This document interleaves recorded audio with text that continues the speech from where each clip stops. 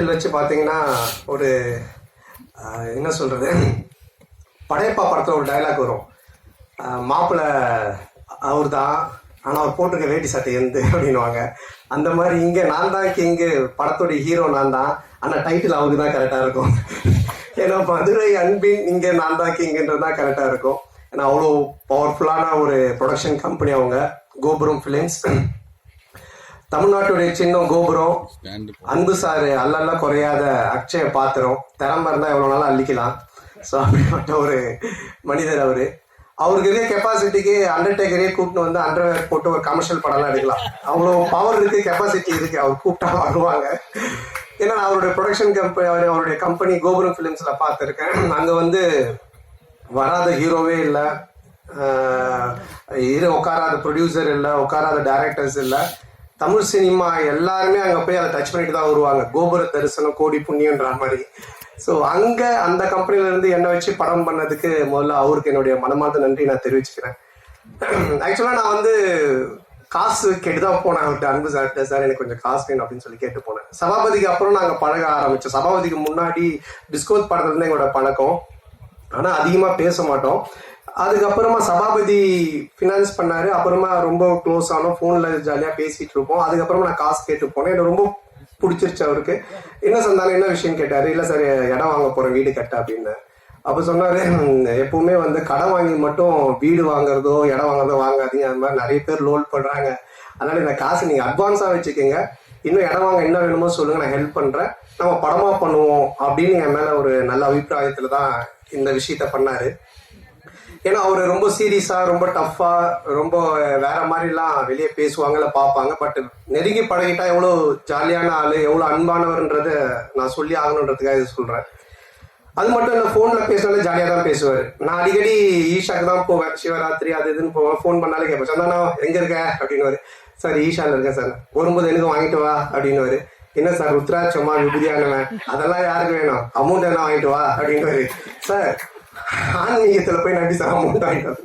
இந்த மாதிரி ஏதாச்சும் ஒன்று கிண்டலாக பேசிகிட்டே தான் இருப்போம் ஃபோன் பண்ணா. அப்போ ஒரு இது மாதிரி கதை கேட்க ஆரம்பித்தார். நான் கேட்பேன், சார் என்ன சார் நீ கதை கேட்டிங்களா, எப்படி இருந்துச்சுன்னு. அது ஏன் கேட்குற சந்தானம், ஃபர்ஸ்ட் ஹாஃப் கேட்டுகிட்டே இருந்தேன், ஒருத்தன் ஃபோன் பண்ணான், வட்டி தரவே இல்லை, அவ்வளோதான். அதுக்கப்புறம் கதை கேட்டால் சிரிப்பே வர மாட்டுது, வெறுப்பாக இருக்கு. சார் இப்படியே எல்லாரும் ஃபோன் பண்ணி கதை கேட்கும் போதெல்லாம் வட்டி பிரச்சனை வருது, அதுக்கு மேலே அவருக்கு சிரிப்பு வர மாட்டுது, அவன் கொடுக்க மாட்டான். எனக்கு ரொம்ப டென்ஷன் ஆகி போச்சு. இப்போ இவன் காமெடி சொல்லிட்டு எப்படி நான் சிரிக்கிறது அப்படின்னாரு. அப்புறம் அப்படி இப்படின்னு சொல்லிட்டு ஒரு கதையை கேட்டு அந்த கதையை பண்ணலாம் அப்படின்னாரு. நானும் கேட்டு ரொம்ப நல்லா இருந்துச்சு சார், சூப்பர் சார், பண்ணலாம் சார் அப்படின்னு சொன்னேன். அதுக்கப்புறம் அவரு எப்பவுமே டென்ஷனாக தான் இருப்பார். எனக்கு தெரிஞ்சு இங்கே தான் இவ்வளோ நாள் உட்காந்துருக்காரு. அவர் இது வரைக்கும் உட்காந்து ஒரு இடத்துல இவ்வளோ இதுவாக நான் பார்த்ததே கிடையாது. ஏன்னா எங்கே இருந்தோம்னாலும் ஃபோன் வரும். பெரிய படங்கள்லேருந்து சின்ன படங்கள்லேருந்து எல்லா இடத்துல இருந்தும் காசு கொடுக்கறது வாங்குறது அதுன்னு போயிட்டே இருக்கும். ரொம்ப டென்ஷனாக தான் இருப்பார். ஏன்னா இந்த ஃபினான்ஸ், இந்த வட்டி தொழில் அப்படின்றதே ஒரு பயங்கரமான ஒரு டென்ஷனான வேலை. ஆனால் ஒரு நாள் மட்டும் ரொம்ப ஜாலியாக இருந்தார், ரொம்ப சிரிச்சுட்டு சந்தோஷமாக இருந்தார். அப்போ நான் அவர்கிட்ட கேட்டேன், என்ன சார் எப்பவுமே டென்ஷனாகவே இருப்பீங்க, நீங்கள் ரொம்ப சந்தோஷமாக இருக்கிறீங்களே, மொத்த வட்டியும் வந்துருச்சா என்னன்னு கேட்டேன். இல்லை அப்படின்னாரு. என்ன சார் சந்தோஷம்னா, இது மாதிரி எனக்கு பேரன் பிறந்திருக்கான், என் பொண்ணுக்கு பையன் பிறந்திருக்கான் அப்படின்னாரு. பயங்கர ஹாப்பியாக இருந்தார். அப்போ எனக்கு ரொம்ப நாளாக ஒரு சந்தேகம் இருந்துச்சு. இதை யாருக்காவது கேட்கணும்னு நினச்சிட்டு இருந்தேன். சரி இவர்கிட்ட கேட்போன்னு கேட்டேன். சார் பொதுவாக கல்யாணம் ஆகி நமக்கு ஒரு பையனோ பொண்ணோ பிறந்தா அதை விட சந்தோஷம் அவங்களுக்கு ஒரு பையனோ பொண்ணோ ஒரு பேரனோ பேத்தியோ பிறந்தா நம்ம சந்தோஷப்படுறோம், அது ஏன் சார்ன்னு கேட்டேன். அப்போ ஒரு ஆன்சர் ஒன்று சொன்னார், சந்தானம் எப்பவுமே அசலை விட வட்டியில தான் கிக் அதிகம் அப்படின்னு.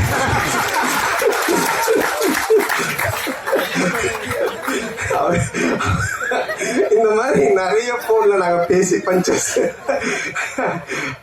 அப்ப நான் நினைச்சேன், சார் இதுக்கு நீங்க தான் கரெக்டான ஆளு, உங்களை அடிச்சுக்க ஆள் கிடையாது சார் அப்படின்னு சொல்லிட்டு.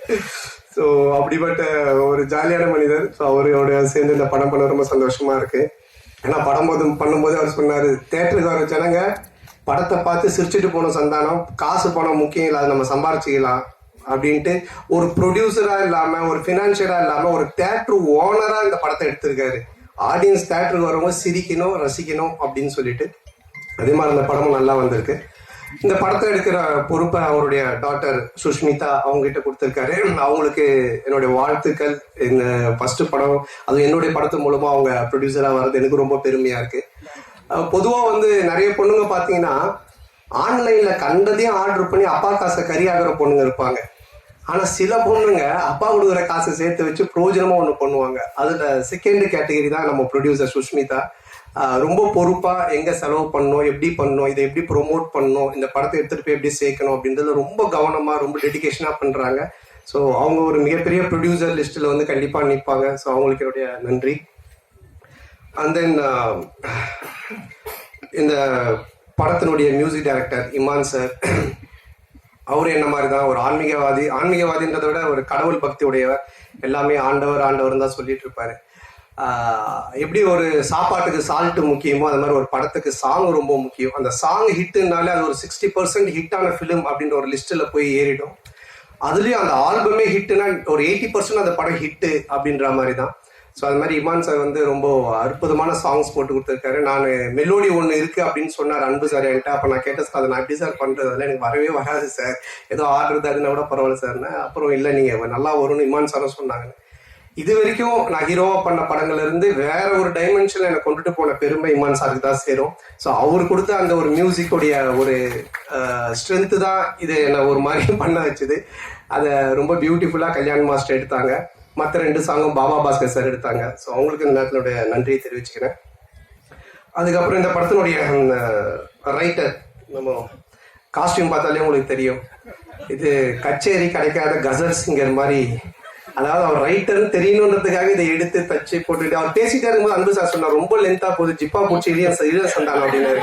இல்லை சார் முடிச்சுட்டு, இல்லை இவர் பேசுற காமெடி மாதிரி படம் இருக்குன்னு நினைச்சிட போறாங்கன்னாரு.